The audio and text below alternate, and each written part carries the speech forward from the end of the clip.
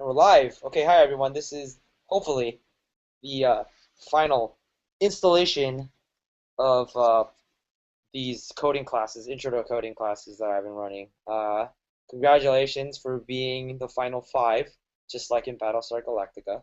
Um, and we're gonna finally hit our last topic, which is inheritance and polymorphism, which are two rather scary words, but considering the things that we've already covered, I assure you that we'll be able to tackle these last two topics. After this is done, I am going to do a 2 week break. 1 week is going to be for retreat coming up. Actually, a 3 week break. 1 week is going to be retreat coming up. The second week, I'm actually going to be heading over to Pastor Mark and Mira's for a catch-up thing. And the third week, I'm going to be out of town. But in those 3 weeks, I will be sending practice questions to you guys, completely optional. They will just be so that you guys can like keep practicing and trying out different coding stuff. So if you want to do them, I will grade them and send them back to you. I recommend that you guys do so, but if you don't, it's not like a big deal. After 3 weeks, we'll be diving into actual application development. So we'll be making our first Android app. Really exciting stuff. Um, at which point I may invite more people. There are a couple people who have mentioned that they're interested in learning application development and have programming experience, but haven't done any of that app stuff. In any case, let's go ahead and start with today's lesson. We are going to be covering polymorphism and inheritance. So first, let's review what we did last time. Please speak up if you want me to increase this font size or anything like that. Last time we went over the idea of classes and methods. Classes, once again, are collections of variables and methods. They act as blueprints for objects. Objects can be thought of as basically as like a bundling of a bunch of different variables. These variables are called instance variables, and there can be as many as you want. So for example, I have a class here called animal, and it has an instance variable called k, okay? And this instance variable is of type integer. I'm going to change this. I'm going to make this instance variable called legs, okay? And this one's going to be called number of eyes, and it's also an integer, okay? And I'm going to create a string called name. We also reviewed that objects have constructors, which are special methods that set up what the initial value of an object is. So constructors always are public, and they're always named after the name of the class. So this constructor is named animal because the class is animal. They also always have an open and close parentheses. Inside here, you can set what the value of the instance variables are. So in this case, I'm going to set the default value of legs to be 4, number of eyes to be 2, and name to be animal. Okay. We also went over last time that constructors can be overloaded. And overloading a constructor means that you provide multiple constructors that take varying numbers of arguments. So public animal, I'm going to create a new constructor, and it's going to take one argument called legs. Okay. Now we have an overloaded constructor that takes one argument, which is called legs. Last time we also went over what you're supposed to do when you have an argument variable and an instance variable that are named identically. What you do is you use the keyword this. So you do this.legs to refer to the instance variable, and you set it to whatever the argument variable is called. So now whenever the second constructor is called, the number that's passed in is going to be set to this legs variable, and then is assigned to the instance variable called legs. And then I'm going to go ahead and do other values. We also went over methods. So in addition to constructors, which are special methods, classes can also define other methods. Methods, once again, are bundles of statements or actions. So to do a method, you basically do public and then the method name, let's say speak, okay? Open and close parentheses to indicate that it is a method. Oh, I need to give it a return type, void. Oh, I have to go over what a return type is today. And then you can pass in as many statements as you want. So system.out print line. I am an animal.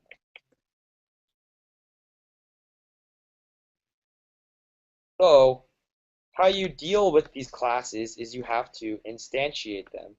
And instantiating a class means that you're taking the class, sending it to the computer factory, and telling the computer factory, hey, I want a new object that's of type animal.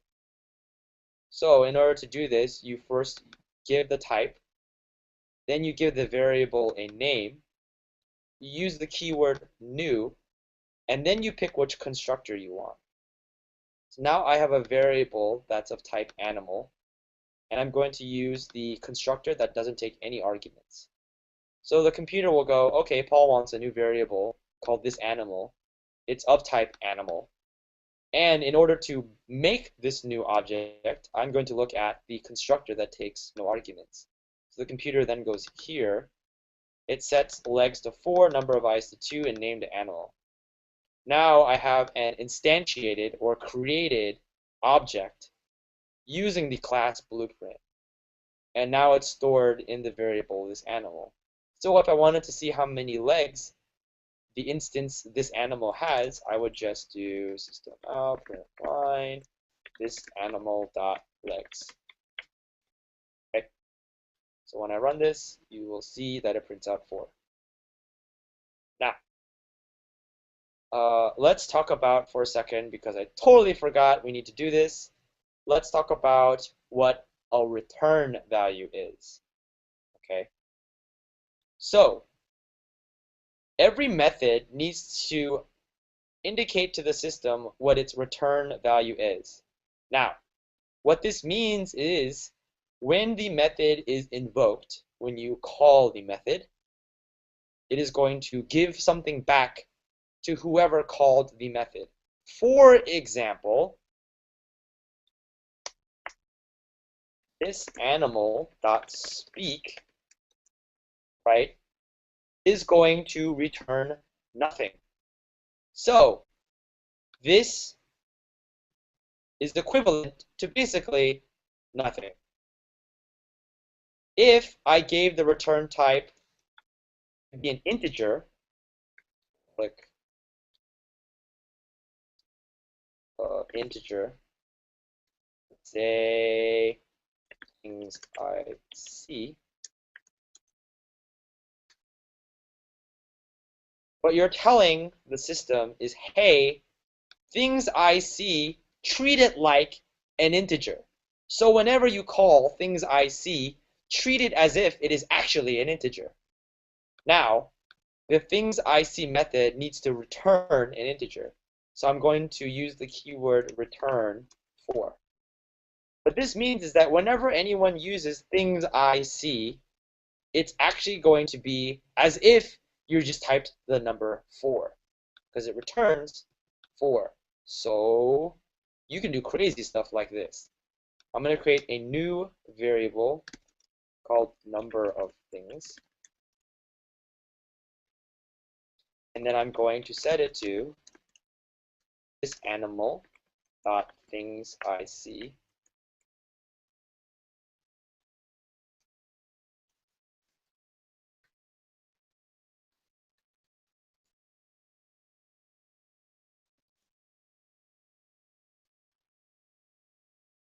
What's going on? First, I'm instantiating a new animal object. I have a variable called this animal, that's of type animal. I then tell the computer factory, make a new animal object using the default constructor, the one that doesn't take any arguments. Now, I'm creating a new integer variable called number of things, and I set it to 0. I then take number of things, and I make it equal to the things I see method. What does the things I see method return? If you look at it, it returns a 4. So that means this whole statement basically is just 4, because the things I see method returns 4. So when I print out system.out.println, the number of things variable, or the number of things whole, is equivalent to 4. So you'll see it prints out IC4. This is really important to get before we move forward. So I know I introduced this late. Anyone have any questions regarding this? Let me check the chat. Questions?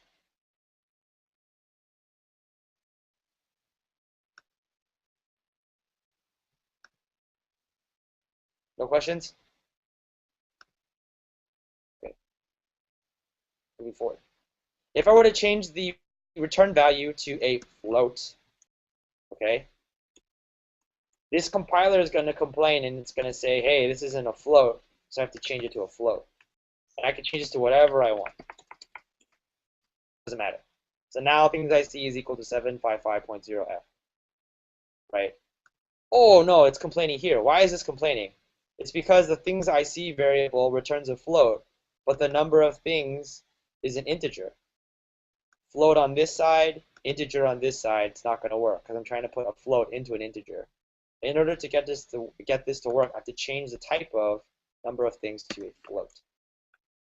Now you will see 7.5.0. This is really important because you can actually do logic in here. So you can say, I'm going to say things I see like, here, let's do int number of possible things, int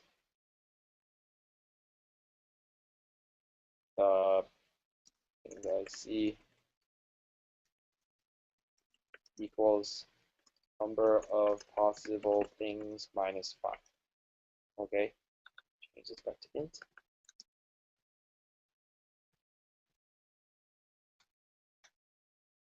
So I created a local variable. Local variables are variables that only exist inside of a method. I created a local variable called things I see, and it takes the argument variable, number of possible things, and it subtracts 5 from it and stores it. Now I return this local variable to whoever called the method, and I changed the method return type back to int. Now it's going to complain up here, change this back to an int. Okay, it's still complaining because I changed the things I see method to take a number, so I'm going to put in 100. So when the computer hits this line, it's going to go to the things I see method and pass in 100. So now number of possible things is equal to 100. You take 100 minus 5, this is 95. You store it into things I see, and then you return it back. The return value then sets this expression to 95 and stores it into number of things. So now you'll see I see 95. So this is really crazy because that means you can do like conditionals in here. You can do loops in here.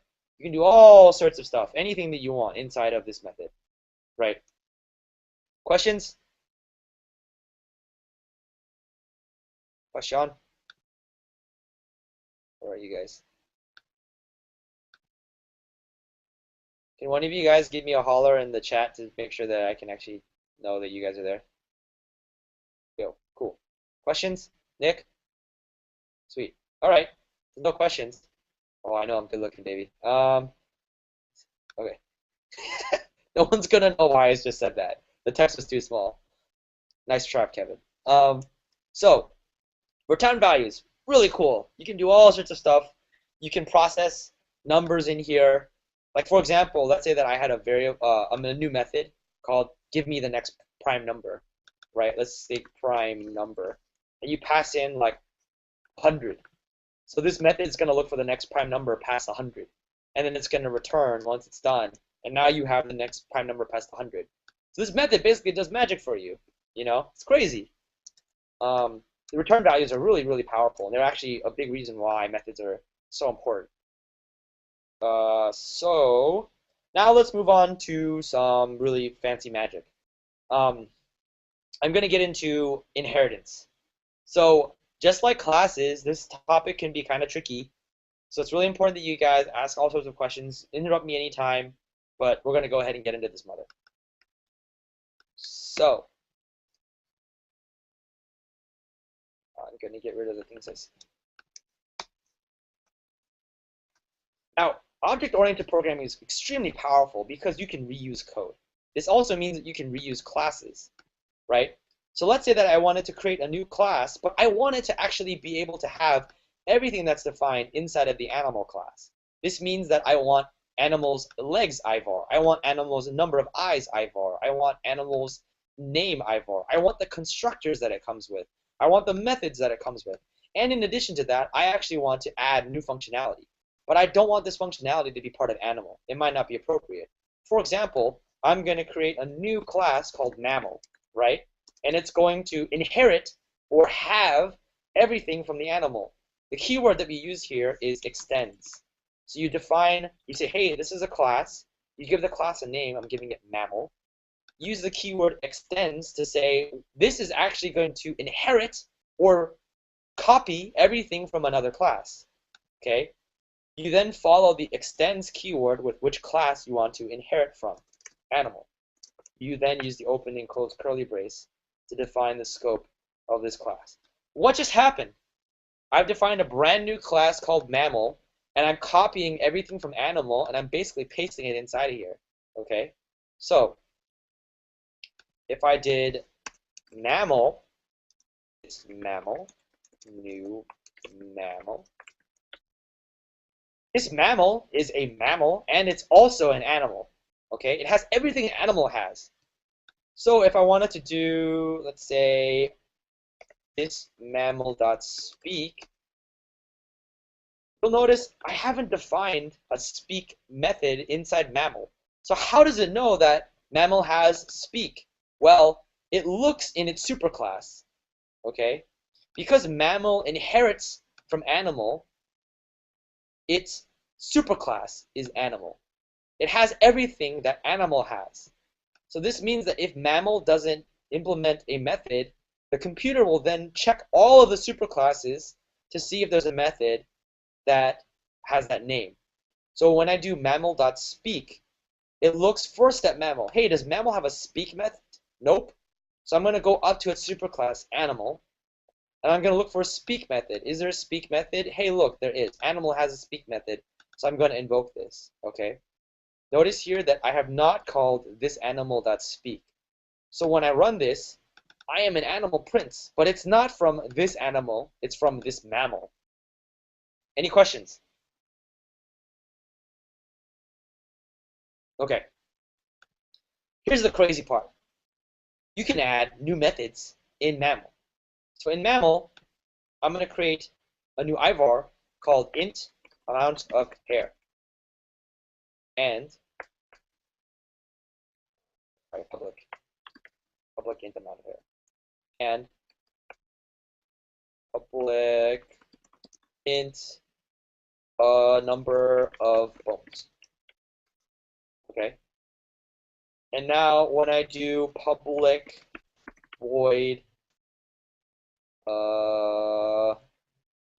shave, this is a new method called shave. It's going to print out, oh no, I'm naked. It's weird, but I have to forgive it. And now mammal has shave. Okay. I print it, it says, oh no, I'm naked down here. If I try to do shave on this animal, it doesn't work. See, compiler compiled with errors. Run anyways? Nope, not gonna work. Erroneous symbol type, animal.shave. Why did this not work? Mammal has a shave method. Why doesn't this animal have a shave method? Well, that's because this animal doesn't have shave. It has speak, but it doesn't have shave. And it doesn't have a superclass that defines a shave method. Only this mammal has a shave method. Okay? This is very important to notice because this means that classes can define methods that superclasses don't have. Okay? If you have a class and another class inherits or extends that class, the class that extends your class is called a subclass. So mammal is a subclass of animal. You can also say animal is a superclass of mammal. Super means you go one level up, sub means you go one level down. Okay?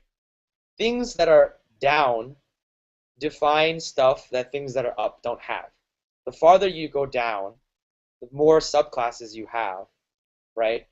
Those subclasses all have access to the stuff that is above them in the inheritance chain. Questions about that? I just threw a lot of words out. Questions? Okay, that's the case. I'm gonna keep going. So this is what inheritance looks like, all right? You're basically taking a class and adding new stuff onto it, okay? Why wouldn't I want to put shave into the animal class? Well, not all animals can shave. There's plenty of animals out there that don't shave. They don't have hair. For example, I'm going to define a new class here called reptile, okay?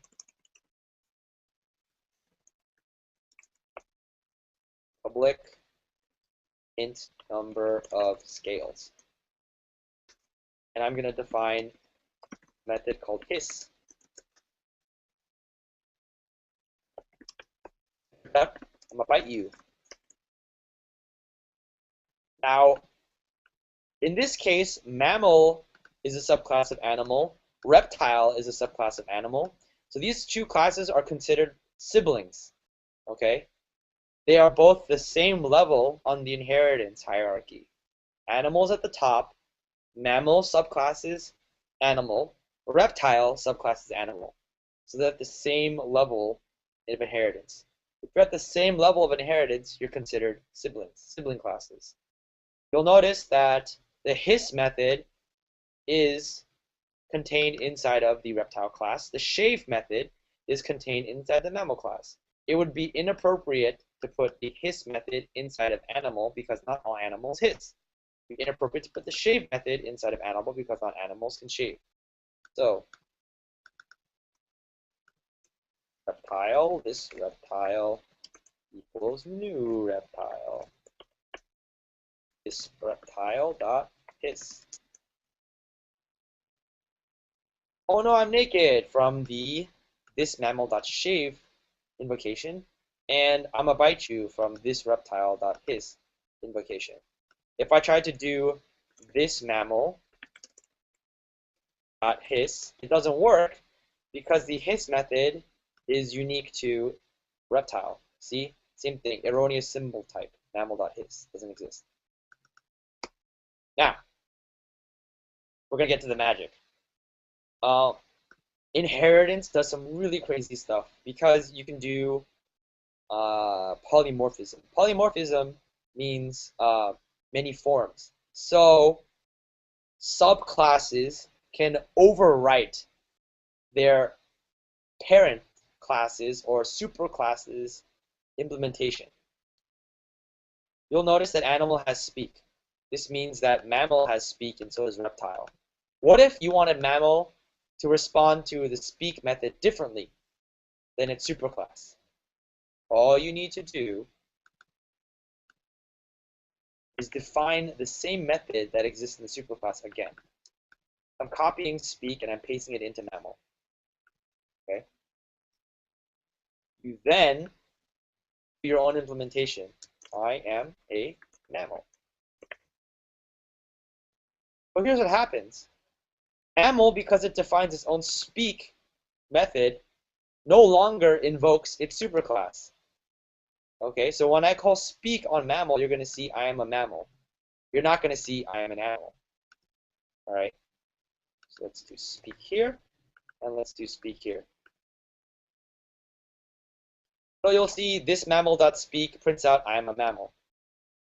This reptile.speak prints out I am an animal. It prints out I am an animal because the reptile class does not implement the speak method. So because it doesn't implement the speak method, the computer then checks the superclass for speak. Animal does implement the speak method, so it prints out I'm an animal. This is known as polymorphism because this means that for the same method, you can get a different result. All right? This is both awesome and it's really dangerous at the same time.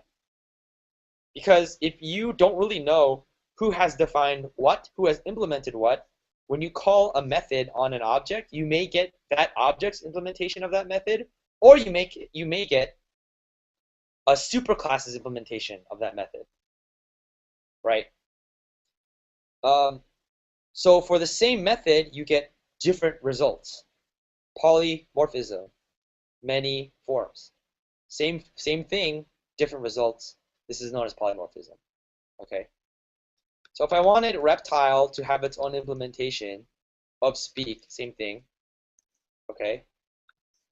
I just copy and paste the speak method, and I do my implementation. I am a reptile. Okay. Questions? Questions, questions, questions.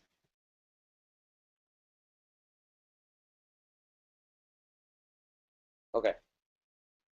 Now we're going to get into some craziness. Let's talk about constructors. You can overload the freaking constructors. So you'll notice that I didn't implement a constructor here, right? There's no default constructor. So actually, instead, it goes to its superclass's constructor, animal close open close parentheses. Okay.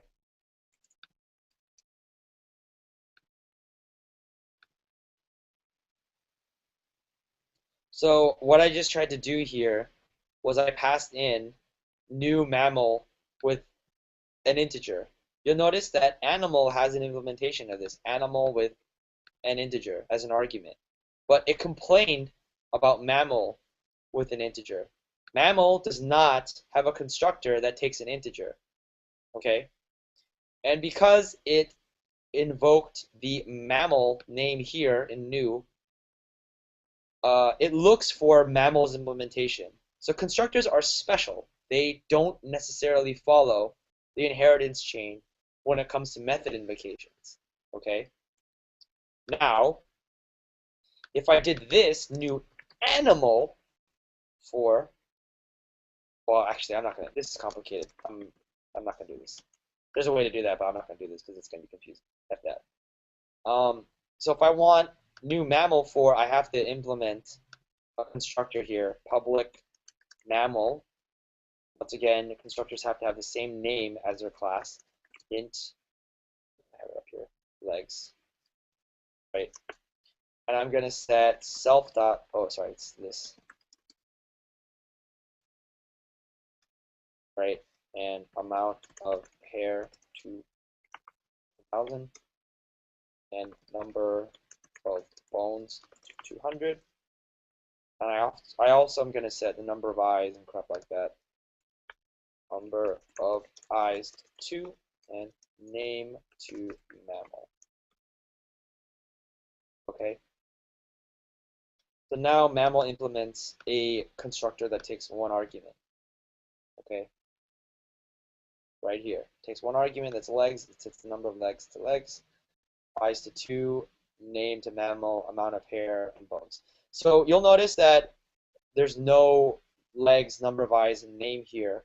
But because mammal inherits from animal, we're using animals defined ivars. Okay. This is why I can actually do this legally. I'm also setting mammals ivars, amount of hair, number of bones to this. Okay. So when I run this and I do name,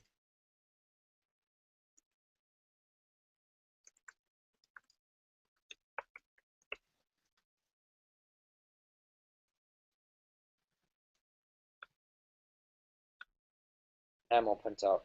So when I print out mammal's name field, it's now equal to mammal. Now, what would happen if instead I use the Because notice here, I have a constructor that takes one argument, and I've defined a constructor that takes one argument. And in this constructor, I set name to mammal. Okay?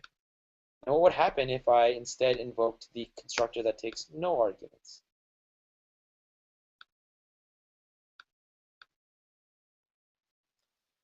Constructor cannot be applied to the given types. Oh, what? Sorry, I must have not saved it. What's going on here?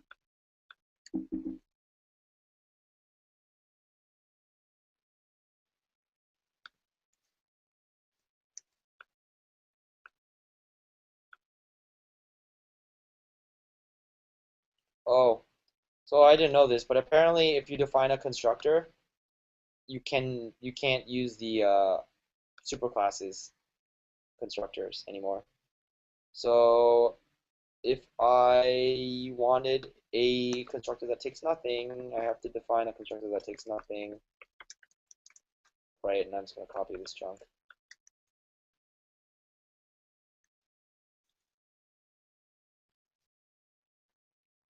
And now I can invoke this. Something mammal. Hey, Paul. Yeah, In that case, mammal is not a subclass of animal anymore, right? no, it is. You'll notice that mammal has legs, number of eyes, and name, but it hasn't defined legs, number of eyes, and name here. Okay? That stuff is still comes from its superclass. Legs, number of eyes, and name. Okay.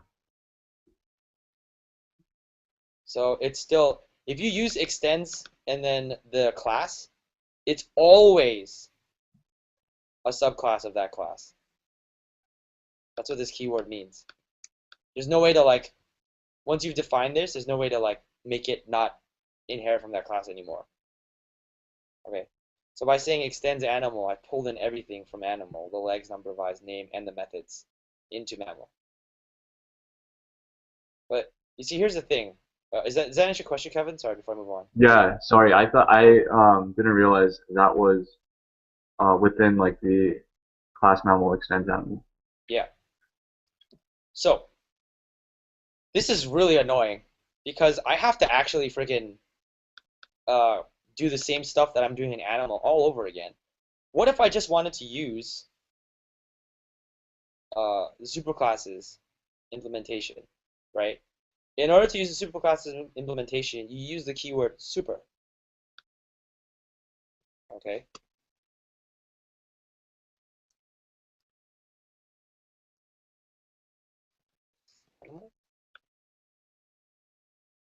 Crap, I don't know how to do this in Java. But in any case, I'll do this. I'll show you in a regular method. There's a way to do this in a constructor, but I'm not familiar with it right now. So if I wanted to invoke like, so mammal inherits from animal, right? If I wanted to use the superclasses implementation of speak, I just do super.speak. Okay. This will then tell the computer, hey, go to my superclass and invoke its speak method. So then it goes animal, it finds speak, and it prints out I'm an animal. Then the next line in the method fire, system.outprint, I'm a mammal. So you'll see that when I call mammal speak, it's going to print out both I'm an animal and I'm a mammal. All right. So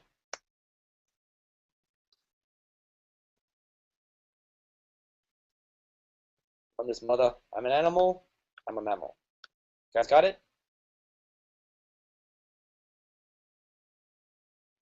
So if I just wanted to do the superclasses implementation of speak, I can do it one of two ways. I can define speak inside of the method, inside of the class, and then just have super.speak. Or I can just delete it entirely. If I delete it entirely, the computer then checks the inheritance chain, like I talked about before, and it invokes superclass anyways. If I leave it in, the computer goes to this method and it runs what's inside the method. What's inside the method? Go to super and invoke speak. Exact same thing. Super is really useful because this means that you can use your superclasses implementation and add additional stuff on top. right? Let's say that speak returns a value. You could store the value of speak this from the superclass and then do stuff with it and then return that value here. But of course, in order for this to be true, this method has to have the correct return type. Whatever. Doesn't.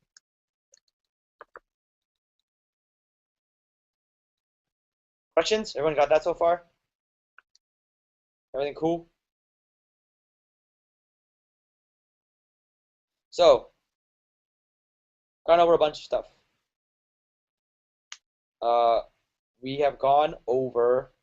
Oh, actually, I think it might work if I do this. Oh, man, it doesn't work.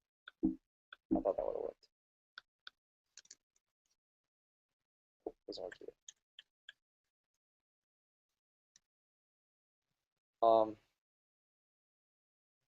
Yeah, I'll have to look that up later. So yeah, that's all I had for today. This was inheritance and polymorphism. Yeah, it basically talks about you being able to chain classes together and redefine what their methods do. I'll give one more example. I'm going to create a new class called human, okay? It's a mammal. It extends from the mammal class. It inherits. And it's going to have an instance variable called brain power, okay? And public void speak is going to print out, let's say system dot out dot print line, I am a human.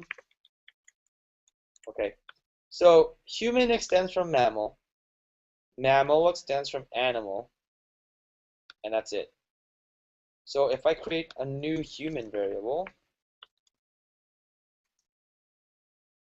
human variable is going to be called Kevin the Troll.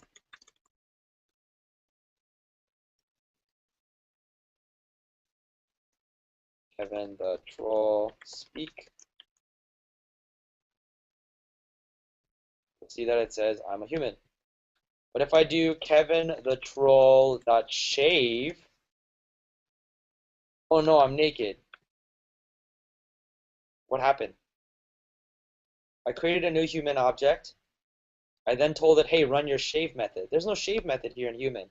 So it goes up the inheritance chain. Hey, let's look for shave. It's in mammal, so I'm going to run mammal shave method. I'm going to get rid of speak.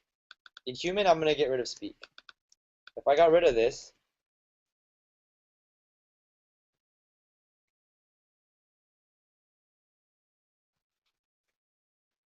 human Kevin the Troll equals new human Kevin the Troll dot speak. Computer is going to go to the human class, look for speak.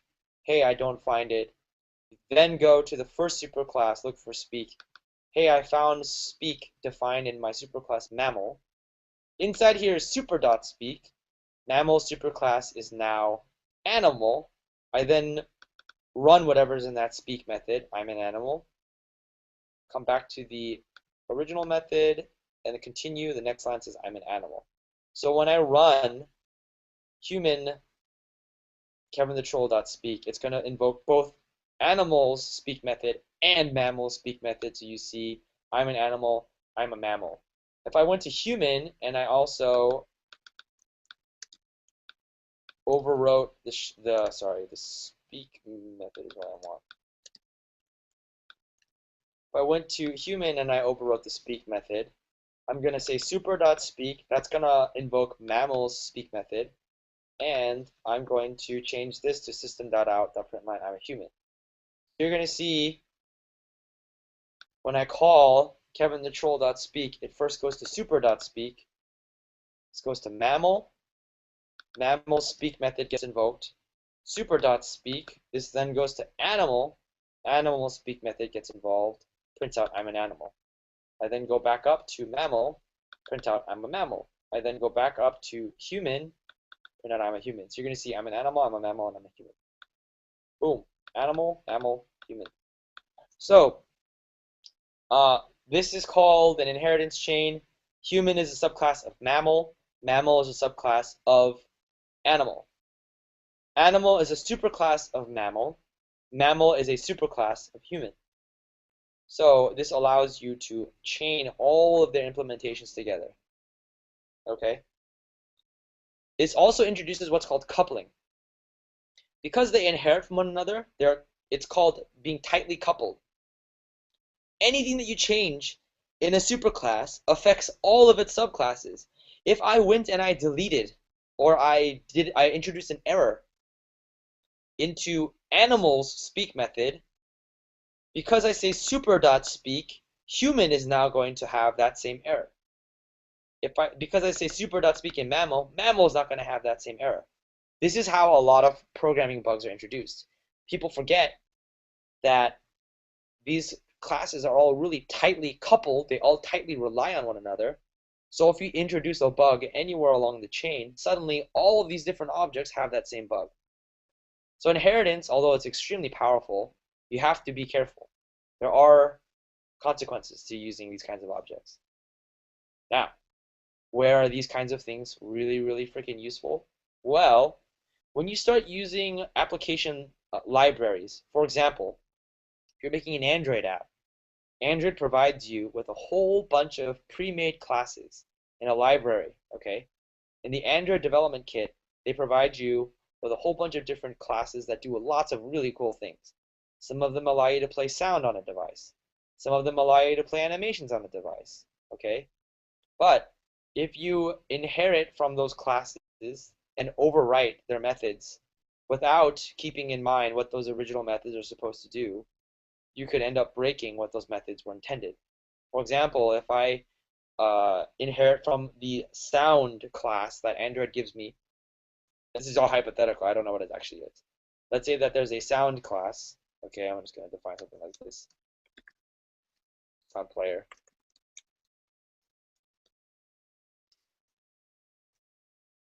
Let's say that Android gives me a sound class, and I'm going to create my own method called sound player. And inside of the superclass sound, extends. Inside of the superclass sound, right, there's a method called play. In order for play to work, I need to call sound's implementation of play. So I'm going to write a whole bunch of random stuff in my overwritten implementation. And then let's say as a developer, I'm human, I make a mistake, I forget to call super.play. Okay?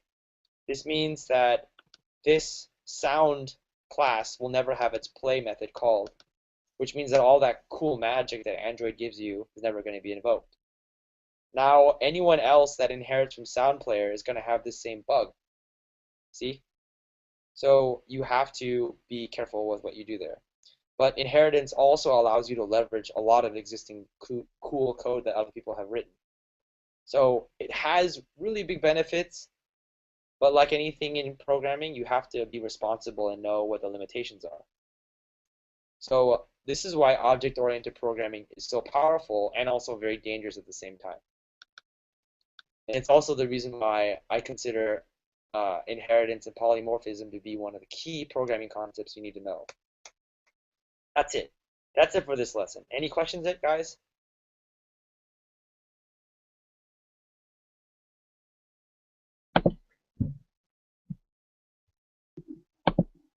Nope. I just had a thought. So the chain is animal, mammal, and human, right? Or that's one of the chains. Is there a way for if you're writing in the human, or if you're writing a human method, uh, can you access the animal, uh, the animal like version of speak if you didn't have super speak in the mammal That's uh, a great version? question. And the answer is yes, you can. So if mammal didn't implement speak, right, when you call speak on a human, it will look for speak in mammal. It didn't find it. Let's say that this doesn't exist. The computer would then check up the inheritance chain again to animal, where it would find its speak method. So you're right. It would jump mammal and it would go straight to animal. You're correct. What if there was an implementation of uh, like, can you manually jump to um, that method? Yeah, The you can. That's Okay. also a really good question. How you do that is you go super.super.speak. Actually, I think you should people if we can do this. I don't know why this crap is complaining. There is a way to do it though, Nick. Apparently, I don't know how to do that right now. Okay. That's good. Yeah, apparently I don't know how to do it right now. In Objective-C and in C, you can actually do super.super.speed. This dot super.speed. Yeah, there is a way for you to skip the inheritance chain. Sorry. This is one of those things that you Google to figure out. And your crap teacher can't remember it. That's also a very good question. Um, oh, sorry. Sorry, one last thing. Public. This is the moment that I introduce what this means. Public means that any other object can invoke this method, and any class that inherits from this class can invoke this method. If you see private, okay, that means that no one can invoke this method except for the human class. So other methods inside of the human class can now invoke the speak method.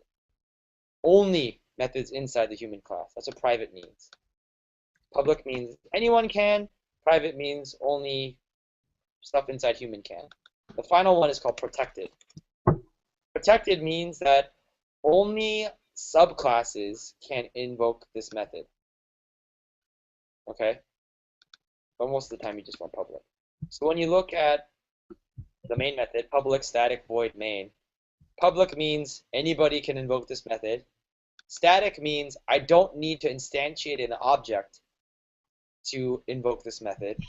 Void means the main method doesn't return anything, the name of the method, and then what argument it takes, string args. Okay. Public, private, protected also affects classes. So if you say like private class, whatever, you're basically saying no one else can touch this thing.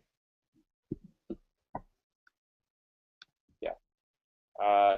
You might not understand why this is important now, but when you are writing as a programmer and you start writing very sensitive methods, methods that have to do with authentication or bank balances, you want to make sure that really important methods aren't getting like messed around by other developers in the future.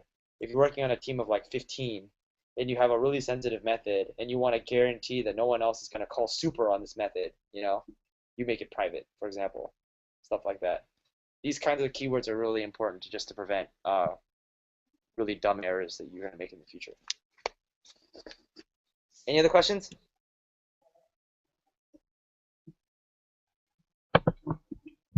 Okay. If that's it, I'm gonna end this hangout here. Just a reminder, 3 weeks break after this, I'll be sending out coding exercises every week. Completely optional once again. Afterwards, we'll be getting into actual application development, so making real apps. Get hype! And I'm gonna end it.